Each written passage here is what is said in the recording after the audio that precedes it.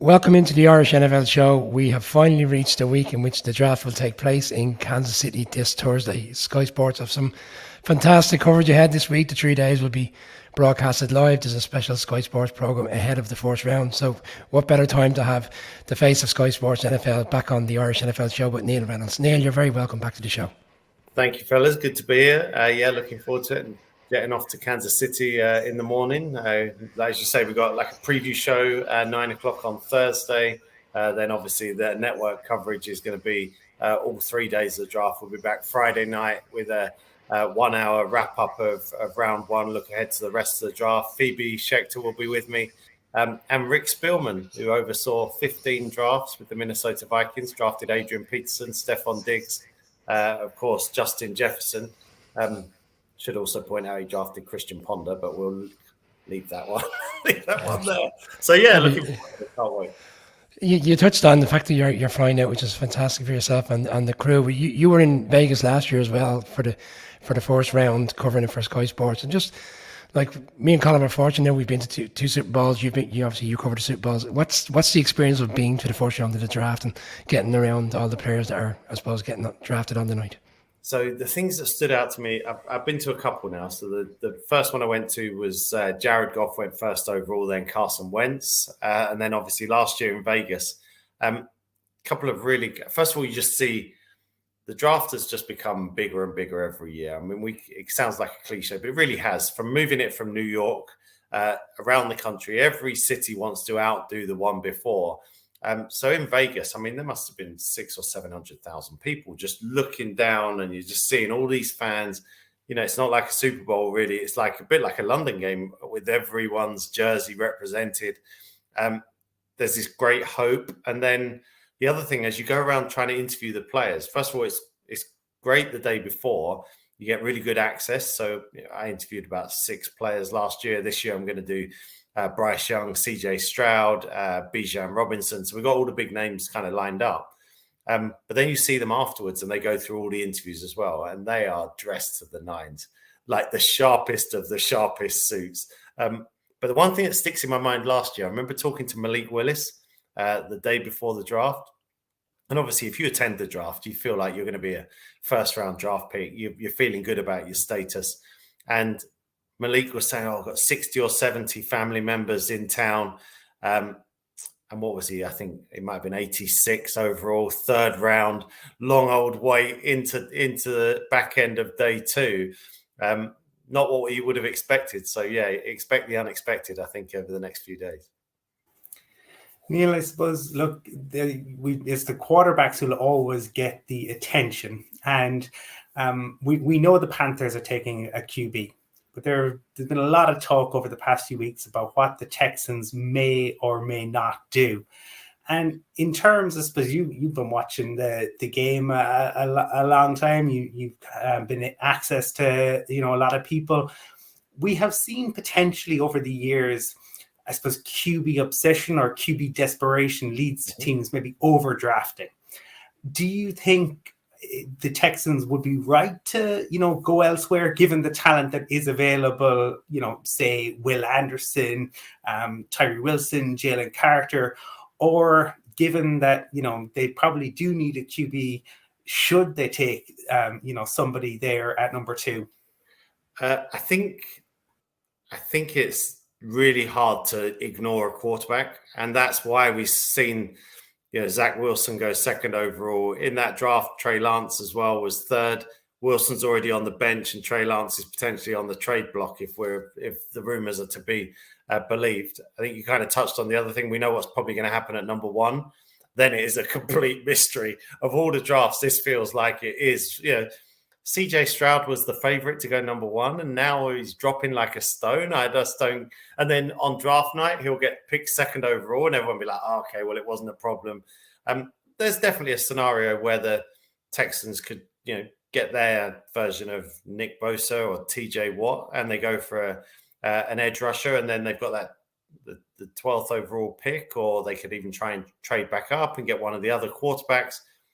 It's brave to do that. I think they've kicked the quarterback thing down the road for a little while. The other thing maybe we need to consider, and I'm fascinated to ask Rick Spielman about this, is when you're in the 2023 NFL draft, how much is the 2024 class in the back of your mind? Do Houston like a quarterback that's coming up next year? Do they take their medicine with Davis Mills and go and get a couple of generational defenders? That's a long-winded way of saying I don't know. But I think they'd be brave to pass up. I reckon come draft night, I think everything will revert back and calm down, and they will have had CJ Stroud on their books. You can't legislate for players, Neil. Look what happened at the end of the season with the Texans winning that game. If we remember, the Trevor Lawrence sweepstakes where the Jets go and beat the Rams 2 weeks before the end of the season. It's crazy. You touched on Trey Lance there. The Niners don't have a lot of picks. Do you think this story was put out there with the intention of just seeing if anybody comes with an offer so they can be reasonably aggressive next week in the drafts and away from the limited capital that they have?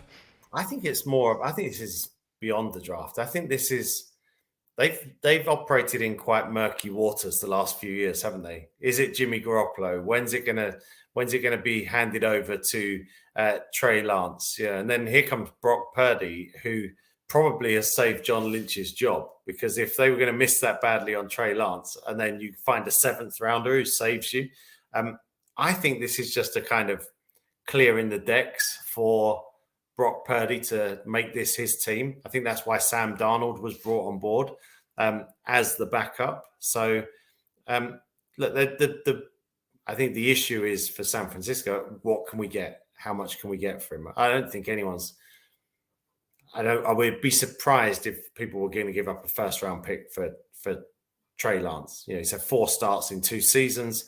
We haven't really seen what he can do. He didn't play that much in college. Potential is there, but potential is only going to get you so far. You've got to start producing. So I think it's a clearing of the books, and I think they'd try, if someone offered them a 2nd and a 3rd, they'd bite their hand off. I suppose piggybacking a little bit on that, Neil, but in the draft week, and the draft itself is where general managers come to the fore. And, I suppose in terms of Rick and the Vikings and the league up to now, it's always been generally almost always people with a scouting background. But all of a sudden we have seen Howie, he's the one getting the laurels. He got the Jalen Hurts deal done. He's got the Super Bowl, and he's rebuilt a team and made them competitive again. The Steelers have now, which is very interesting, a team which really didn't have a GM for a long time until kind of employee Kevin Colbert was there. And then when he went, they got in Omar Khan, who again comes from a business background. Is the league kind of moving? We talk all the time about football development, right? The way in which it constantly evolves and the QB position evolves. Are we now needing to talk about the front office evolution? I think I think the way I look at it is that if never say never, that we've seen general managers come from the television booth. You've seen them, as you've alluded to, from the business side, former players. Rand Carthon has been has always been around football. Then you've got the scouting background as well. So I think, I think it's more a case of just teams have got more open-minded than ever before. I think they consider, for example, quarterbacks is a great example. They consider quarterbacks of all shapes and sizes. There's no cookie cutter approach to that anymore. I think scouting will always be a vital part of it. Rick Spielman is going to join me. Started out as a scout, and I think that eye for talent has got to be there, but you've got to be able to balance the books, and you don't want to leave all of that to. It's interesting. You could be a really, really great football person and then have a capologist sit next to you, or you could be a brilliant businessman who knows how to manage the cap and make sure you've got the best football mind sat next to you. So I think you could see it either way. Just on Rick, I think I don't want to kind of spill some of the beans that he's going to deliver on Thursday night, but it's fascinating from a general manager's point of view. And when we say, I wonder if Team A is putting out a smoke screen to put off Team B, it happens. Trust me, it happens a lot. Me and Rick have been having some conversations about things we're going to talk about on Thursday night. And the game within the game of how the general managers approach and operate during the draft. is fascinating. Neil, game within the game. This time last year, people felt that Seattle were in a complete rebuild with the Russell Wilson trade. And, 12 months on, people feel that they've masterminded it a great deal, obviously, in terms of moving Russell Wilson on, what they got back in return. Last year, people felt Pete Carroll was coming towards the end potentially, and he looks like a completely different man now. He looks refreshed and re-energized even at the age of 69, hitting 70. They're picking 5. They've got their own pick. Like, just with what's going to come this week, they could really be in a strong position again to challenge the 49ers back in this division and rebuild so quickly off the back of that trade. Yeah, so I think they resist the temptation to take a quarterback. I know that's still there, but I think they could potentially, if they like how Geno played last year and get 5 more years of that, they can operate with that. I think defensive line, edge rusher, defensive tackle. I think about Jalen Carter as, if he is this elite talent and with red flags all over the board when it comes to him, is it good for him to go somewhere with a strong culture, with strong leadership like Pete Carroll? But Pete Carroll's also, I think he disciplines in a way that still positions himself as a player's coach, one of the guys. So I think that might go down well. I'd actually like to see them add another receiver. And this is a draft with a lot of sort of number 2 receivers that could go in the first round, or tight ends, some good tight ends as well. And, Daniel Jeremiah has been suggesting there'll be as many as 6 pass catchers in the first round, even though there's no Jamar Chase, there's no Justin Jefferson, there's no CeeDee Lamb in this class. I think putting him a new receiver with a DK Metcalf would be fantastic for the Seahawks. But they let's not forget what they did on day 3 as well. They got Kobe Bryant in the defensive backfield last year, Tariq Woolen as well. Earlier in the draft, they've got both their rookie offensive tackles. So, you kind of trust John Schneider and Pete Carroll to get it right. But they're in a very good position. I just don't think they make a grab for a quarterback. I suppose if the Seahawks are ascending, a team where maybe the wheels came off last year were the Cardinals. And they now find themselves, obviously, new head coach, new GM, a lot of spotlight on them this offseason. Their franchise QB, who they gave an awful lot of money to, coming off an ACL injury. For them, Neil, they're sit at number 3, and they're the ones everyone is probably looking at in terms of the conversations that will be going on.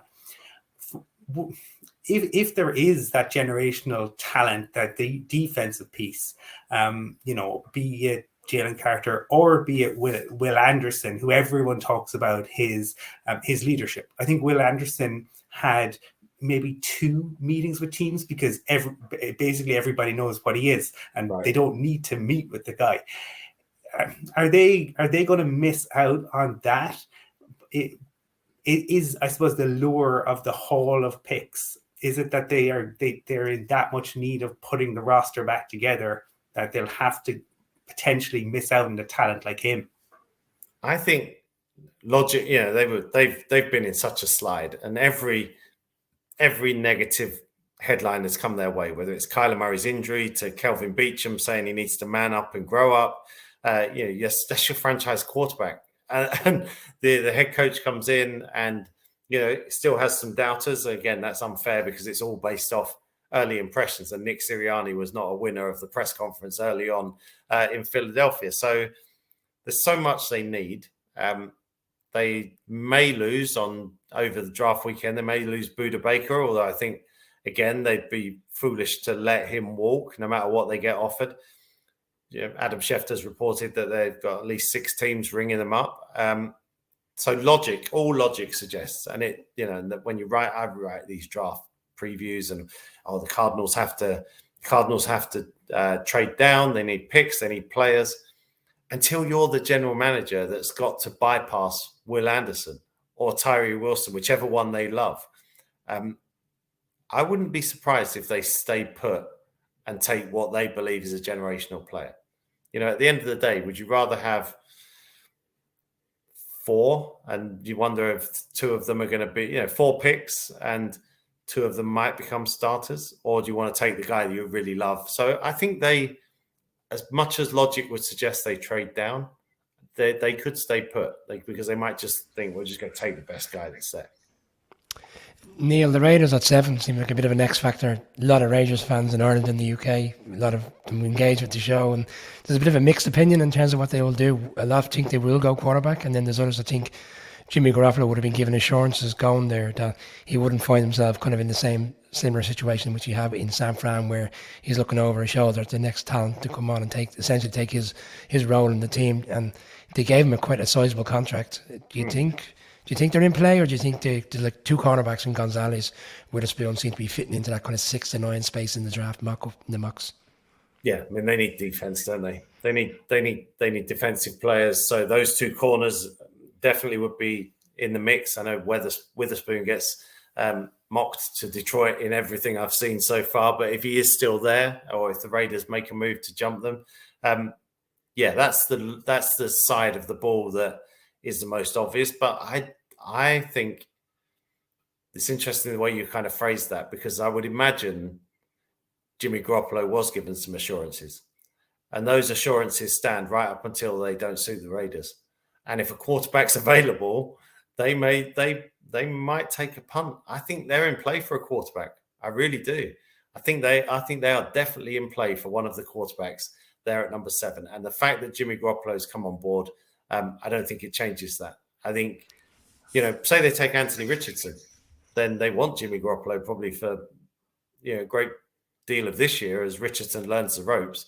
I don't think Jimmy's built up enough in the last few years in terms of collateral to sort of go in demanding, well, I'm the guy, I'm QB1, I'm our face of our franchise. I think that position's still very much up for grabs if the right person is available. So a bit of a CJ Stroud was the drop, as people are suggesting. They could say we never envisaged this happening. Yeah, we just didn't think he was going to be this far down the board. Well, then Seattle might have grabbed him by 5. Then you can ignore what I said about not taking a quarterback. I mean, this is. I mean, you know what this is like, fellas. You've followed them and you've covered them. Drafts are hard to predict, right? And then when you do a mock draft and you get the first one wrong, then it's like a house of cards and it all comes crumbling down. And there's a reason that the best in the business in terms of covering these drafts and prepping for these drafts, they'd be lucky if they shoot at 30% of getting it right in the round 1. We really are guessing on the outside. We don't know exactly what these teams think about players, how much they are lying to us and to each other. I mean, it's such a game, and this year it feels even more than recent ones. So, and I think it's just spicier, isn't it, when the quarterbacks are involved? Touched on, I suppose, the evolution of the game earlier. And one of the things over the last number of years, right, there's been this debate around whether you should take a running back in the first round, etc. But one of the new talking points, perhaps this year, that's emerged a little bit is around the tight end position, and whether you should take a tight end in the first round, given, how difficult that transition is. And that's an interesting one, because more and more we have seen players able to really transition into the league very quickly, where previously it took cornerbacks, a few seasons to find their feet. All of a sudden, Patrick Surtain, Tariq Woolen, Sauce Gardner, are standouts immediately. You're seeing it with the rookie wide receivers who are incredible. But tight end is a position where, even with Kyle Pitts, who was absolutely considered a once-in-a-generation, I mean, people compared him to Ditka before he played in the league, right. and yet he has struggled. It just, as somebody who has been a fan of the game for a long time, what's your take on that? Because we know how important a tight end is, but why does it take so long for them to really blossom? I don't know, if I'm honest. It shouldn't do. It should be as simple as this. The same transition, I believe, as a wide receiver, but you're right, it hasn't been.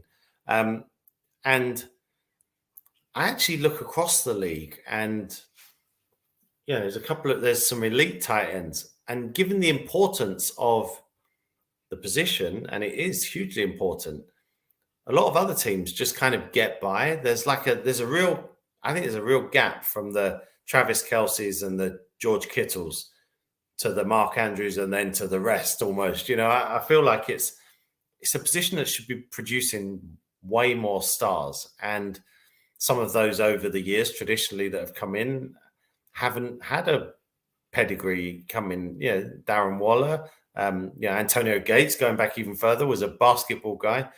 It is a mystery to me. I would be willing to take a tight end first round in this draft. I think someone like Dalton Kincaid, who's been compared to Zach Ertz. But what I think is becoming quite interesting as well is that the tight end, I would want that tight end to be able to be moved out like Travis Kelce does and be your slot guy. Because if you look around the NFL now, there aren't as many Julian Edelmans. There aren't, and you think about why? Well, because CeeDee Lamb plays on the inside. Justin Jefferson plays a lot of snaps on the inside. Travis Kelce plays a huge amount of snaps as a slot receiver. So the whole tight end wide receiver thing is very interesting how they're used now, because the tight ends are used like wide receivers. What does that do to all the smaller receivers in this draft? I find it a mystery. I don't know, but I don't think we're actually, outside of Kelce and Kittle, in a golden age for tight ends across the league.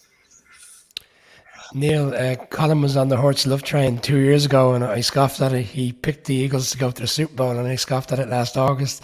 And he's on the Justin Fields one now as well. And like the Bears, we're saying there's no lock in terms of what position of which team will go. But a lot of people feel the Bears will go offensive line, whether it's Paris Johnson or the Northwestern guy who we saw firsthand last year, Peter Skoronski in Dublin, in the college game here last August. What do you think it's a situation if the Bears put the right players around Justin Fields, he will only improve, or do you see him as a running quarterback that will inevitably find himself getting injured, like Lamar, for example, over the course of a couple of years? So I think put as much around him as you can, and they've done that with a little bit of skill position player here and there. The offensive line was really poor.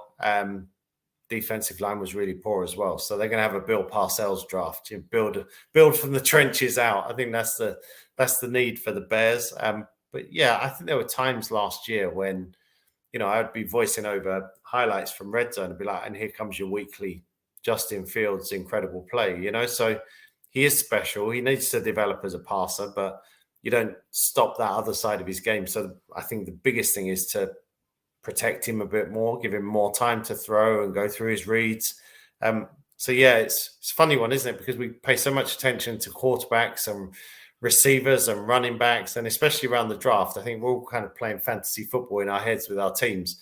And when your team drafts a guard or drafts a tackle that might be moved to guard, like Skoronski, then you're just like, oh, is that all right? Was I happy with that? But the fact is, we don't enjoy all the skill position players unless they get time to do what they do. So, I think a very sensible meat and potatoes type draft for the Bears, and I'd start offensive line, and then I'd bolster the defense.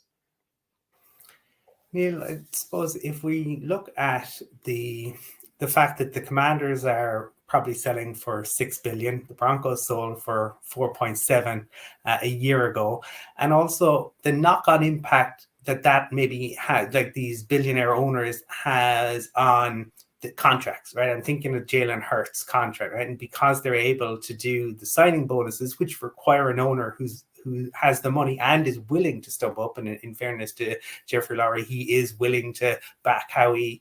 It means that Jalen Hurts won't have a cap hit above $40 million for the next 4 years. What does that, but for the likes of, say, the Bengals or the Chargers, where, the Spanos don't have those sorts of pockets, but they've got to find a way to pay Justin Herbert. Is that going to have and I'm sure the league will look at it, because ultimately, they have a competition committee who do everything they can to ensure that it remains as balanced as possible. But is that a potential imbalance that we might see? I think so. Yeah, I think it's. I think it'll be one that we see beyond the quarterbacks. I think teams always find ways to pay for their quarterback, and there's no way Joe Burrow is hitting the open market. There's no way Justin Herbert is going to go out on the street either. But absolutely, do those owners have to go and find extra funding from bringing on minority owners? Do the NFL want that? So absolutely, it's an issue for the league, because look, the money is flowing in, and the contracts are just getting bigger and bigger. I was doing a little bit of research because I thought about asking Rick Spielman about Lamar and wanting a fully guaranteed contract. And of course, back in 2018, Rick signed Kirk Cousins to a fully guaranteed deal, only a shorter one, 3 years. And I was looking at that deal, and it said that Kirk Cousins was the highest paid player in NFL history at $28 million a year. That was 2018, 5 years ago. And we're not far off the money doubling. It is incredible. So the money's got to keep rolling in. It's got to keep going out to the players. And those that have a cash flow issue are in danger of being left behind. So it's absolutely something I'm sure the league will be concerned about, and I'm sure they'll address it in some way. Neil, a more broader look at the position and wide receivers in particular, you touched on earlier around. There seems to be a general consensus that a lot of these wide receivers will go in the first round, but other years they probably deemed to be a second round pick. Like Smith and Jigba seems to kind of distance himself from the rest, and he'll probably go first 15. But then anything after that, you look around, you listen to podcasts, it seems to be general consensus, anything from 22 with the Ravens down. Are we going to be in a position maybe come Friday where you're doing your review show and you're saying, not as many wide receivers went as we thought, or maybe we're saying, you know what, that's a fair reflection, haven't got to the stage now where they've actually recognised there really isn't the talent that they thought, and they could get these guys in the second round later on in the evening on the Friday? Yeah, I think six that Daniel Jeremiah said, including the tight ends, is pretty high this year. So I think we will see some of those guys still there at the start of the second round, because it very much feels like it's, one team might love one and one team might not like some parts of another. Like you said, once you get past Smith and Jigba, it feels like there's a distance between him and the other guys. So it depends kind of what you're looking for. So I think we will see that. One that's I'm really interested to see, and I find this a fascinating story. It's a reflection of the world we live in now as well. So Jordan Addison, of course, from USC, he was the Biletnikoff Award winner, wasn't he, when he was at Pittsburgh? He was Kenny Pickett's main target for 2 years. Then he transferred to USC. He made $1.2 million in NIL deal money last year. Is he going to take a pay cut to go to the NFL? It's crazy. What a world. Yeah, I mean, it's a really interesting point, because that is something obviously that is a total sea change from where things were, and that piece of suddenly players, they came in and they got money for the first time. Well, that won't be the case anymore. So what impact will that have? Maybe a final one, Neil, because we are now talking about, all the players who are going to be entering the league, and hope springs eternal for all teams at this time of the year. But one of the things that was interesting over the last couple of weeks, we heard Tua come out and say that, he'd considered retirement given the injuries that he had. And I suppose, when he fortunately is, and he has been cleared and everything is good. But when you have Tua considering it, when we've seen Andrew Luck retire, when we've seen Luke Kuechly, those are probably the most high profile. And Luke Kuechly, absolute generational talent. In the defensive side, Andrew Luck, another generational talent.